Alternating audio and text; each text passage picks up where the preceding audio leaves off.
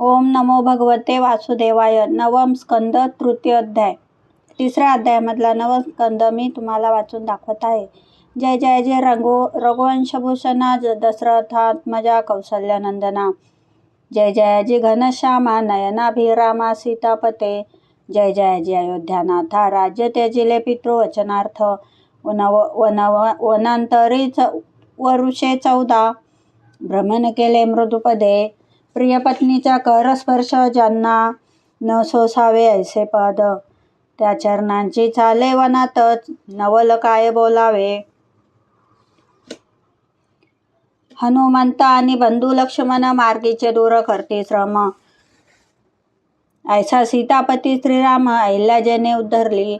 दैत्यभारे पीडिता मेदिनी ब्रह्मादी देव करती विनवणी. श्री विष्णूचे अवतार धरुनी केले चरित्रागाध जय. राम लक्ष्मण भरत शत्रुघ्न चार ठाई झाले. ब्रह्मकर्ता पुत्र कामेष्टी यज्ञ दशरथात्मज झाले. आत्मा हाचा स्वय राम अहंकार झाला श्री लक्ष्मण. बुद्धी भरत मन शत्रुघ्न दिसती चार परी एक. विश्वामित्र यज्ञ प्रसंगे राक्षस मारले मरीचादी. जनकाची या सभेमधी धनुर्भंग केला श्रीरामे. सीतेने वरले श्रीराम उर्मिलेने वरले लक्ष्मण. मांडवीने केले भरतवरण. श्रोतकीर्ती दिदली शत्रुघ्ना. अयोध्येसी येत असता परत परशुराम भेटले वाटेत. त्यांचाही गर्व हरिला देखत पूर्ण ब्रह्म श्रीराम. श्रीजित पित्याचे आज्ञापन तेने घडले वनगमन. जे सवे जानकी आणि लक्ष्मण सत्यवचनी श्रीराम. येता दंड कारण्यात शूर्पनखा केली विरूप. खरं स्त्रीचर दूषणांचा घात. खलवन दहन श्रीराम. माया विहरिणी मागे गमन. रावणे केले सीताहरण. विलाप करी दारुण जानकी जीवन श्रीराम. जटायूची होता भेट सीता हरण्याची कळती मात. कबंध राक्षसाचा केला वध भक्तहितकारक श्रीराम. हनुमंताची झाली भेट सुग्रीवासी घातले पाठी. वाली मारिला वानर जेठी हनुमंत प्रिय श्रीराम. मारुतीने केले सीता शोधन समुद्रतीरी आगमन. सागर गर्व केला दमन सेतुबंधक श्रीराम. वानर सैन्यासह लंका प्रवेश. कुंभकर्णादी मारले राक्षस. आश्रय दिला विभीषणास शरणांगत पालक श्रीराम. कुंभ निकुंभ धुम्राक्ष दुर्मुख सुरांतक नरांतक. राक्षस मारले रणी कित्येक रावणांतक श्रीराम. विभीषणास केले राज्यदान. सकांस पुष्पक विमानी बैसून केले अयोध्येचे गमन भरत प्रिय श्रीराम. राम पादुका शिरावरी घेऊन भरत आला सत्वरी. रथ पताका व ब्राह्मण वाजंत्री भरता ग्रज श्रीराम. मग घेतली भरत भेटी आनंद नमावे त्यांचे पोटी. आनंदाश्रूंचा पूर लोटी प्रेममूर्ती श्रीराम. वसिष्ठ आणि ब्राह्मण मातादिकांना केले वंदन. नगरालोका दिले आलिंगन मर्यादा पुरुषोत्तम श्रीराम. राम बैसले राजासनी दिव्य दुदंबी वाजवी गगनी. जय जयकार केला प्रजाजनी अयोध्यपती श्रीराम. श्रीराम बसले सिंहासनी वामांकी श्री जनक जनंदिनी. छत्र चामरे धरली बंधुनी राजाधिराज श्रीराम. अंगद सुग्रीव विभीषण हात जोडून उभा. हनुमान भुभुकार करती वानरगण शरयू तट विहारी श्रीराम. राजा राम राज्य करी कृतयुगा समाल झाली परी. आनंदी आनंद राजा भीतरे सर्व सुखदाता श्रीराम. भूमी गायी नद्या वृक्ष वने पर्वत सागर वर्ष. प्रजा काम पुरवण्या दक्ष सर्व नियंता श्रीराम. आधी व्याधी जरा ग्लानी दुःख शोक भय श्रम इच्छे विना न पावती जन. मृत्यू न येई त्या एक पत्नी एक बाणी. राजधर्मज्ञ सत्यवचनी सदा दक्ष परप्रजा पालनी शुद्धाचरणी श्रीराम. भूमी कन्यका जनकनंदिनी सीता साध्वी अर्धांगिनी. पती प्रिय जगज्जननी पतिव्रता धन्य सती. श्रीराम जय जय राम. जानकी जीवम सीताराम. लक्ष्मणाग्रज राजा राम. पतित पावनसी श्रीराम. यज्ञरूपी परमेश्वरांचे आराधन केले करुणी. महायज्ञ सर्वस्वांचे केले दान. सौभाग्य अलंकार सोडून पूर्वेकडील प्रदेश यज्ञरूपी पूर्वेकडील प्रदेश होत्याशी. दक्षिणेकडील ब्रह्मासी. पश्चिम प्रांत अध्वर्यूशी. उत्तर दिदली उद्गात्या अवशिष्ट प्रदेश आचार्याशी यज्ञ दक्षिणा म्हणून हर्षी सर्व स्वार्पण केले ब्राह्मणांशी महदानी श्रीराम ऐसा निरच्छ निष्काम पाहुणे आपल्यावरी प्रेम सर्व परत करते ब्राह्मण म्हणती हात जोडोनी हे रामचंद्र रावणांतकारी प्रवेशुनी आमच्या हृदय भीतरी अज्ञानंधकार दूर करी वेद प्रतिपाद्य ईश्वर तू न्यस्त दंड मुनी पुण्यकीर्ती तुझे चरण हृदय ध्याती उत्तम श्लोक तू परम ब्रह्ममूर्ती ऐसा तुझला नमस्कार एकदा गुप्त वेश नगरात राम प्रभू अवस्था हिंडत निज करणी ऐकली मात एका क्रोधित रजकाची तो म्हणत होता निज भारेसी तू परग्रही राहिलालीस कैसी मी न ठेवी कुलटायसी आपल्या ग्रही कदापि सीता राहिली रावणग्रही रामा त्याची लाज नाही घेऊन आला ती निजग्रही श्रीलोभी मी नव्हे तसा ऐसा ऐकोनी जनापवाद श्रीराम करी सीता त्याग वाल्मिकींनी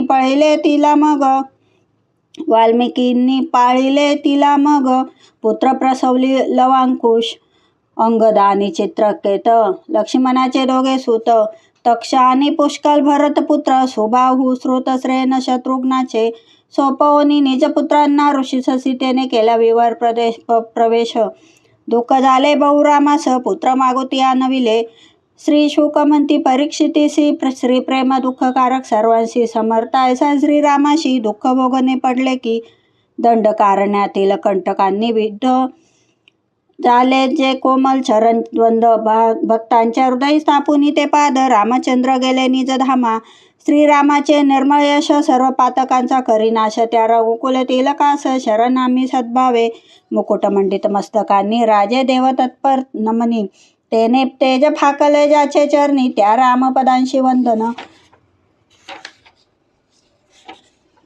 समस्त विषयांचा उपभोग शेकडो वर्ष घेतले होता संघ परिधर्माशी न घडता विरोध ऐसा धन्य रामराया तेने तद्पदांचे ध्यान करीत नित्य करती प्रजाजन ऐसी विमल कीर्ती जाण श्री रामचंद्र कृपानिधी श्रीरामचंद्राच्या मालिकेत 20वा पुरुष होईल ख्यात ज्यास योगसिद्धी असे प्राप्त नाव ज्याचे मरवायचे तो वैसला समाधिस्थ कलापग्राही असे राहत कलियुगांची सूर्यवंश नष्ट होतील करील पुनरुज्जीवन मरून नंतर 38 राजे होतील रघुवंशात शेवटचा राजा होईल सुमित्र येथे शेवट वंशांचा येणे परी इक्ष्वाकूचा ज्येष्ठ सूत नाम त्याचे विकुक्ष त्याच्या वंशाचा शेवट सुमित्रापर्यंत जाणावा द्वितीय पुत्र इक्ष्वाकूचा होता नेमी नावाचा त्याने आरंभ केला यज्ञाचा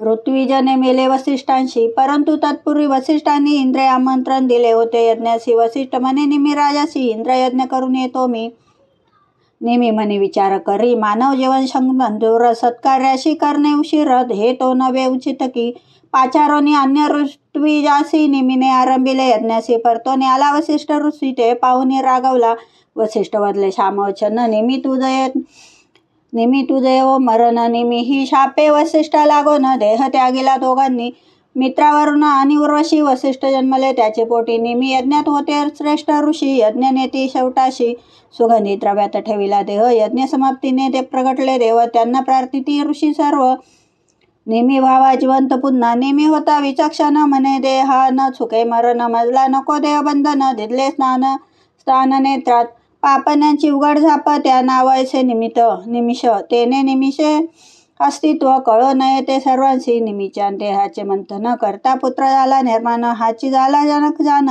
वैदेह यास्तव म्हणती त्या मंथनातुनी झाला म्हणून मिथिल नगरी निर्मिले तेने मिथिली अध्यात्मविद्येत श्रेष्ठ झाला पावन जळे अग्नीत जनकाची पुत्री ती जानकी मिथिलाची म्हणून मैथिली सीता ऐसी नामे पावली वैदेही ही म्हणती तिसी याचे वंशज राजे समस्त अध्यात्मविदेत झाले निष्णांत याज्ञवल्क्याचे कृपापात्र द्वंद्वातीत अलिप्त ते निशोक म्हणती परीक्षितीसी येथवर सांगितले सूर्यवंशाशी आठवावे मागील अनुसंधानाशी सोमवंश आता सांगेन श्राद्धदेव मनुची कन्या हिला सोमपुत्र बुधाने वरले तिला नवमस्कंदाचे प्रारंभाला कथानक तुला सांगितली बुद्ध आणि इलेचा पुत्र पुरुष पुरुरवा रूपगुण पराक्रमे बरवा ऐकोनिया त्याच्या नावा उर्वशी अप्सरा लुब्धली काही काल उपभोगिले भोगाशी स्वस्तानी निघून गेले उर्वशी त्याने दुःख पुरुरव्यासी आराधना करी गंधर्वाची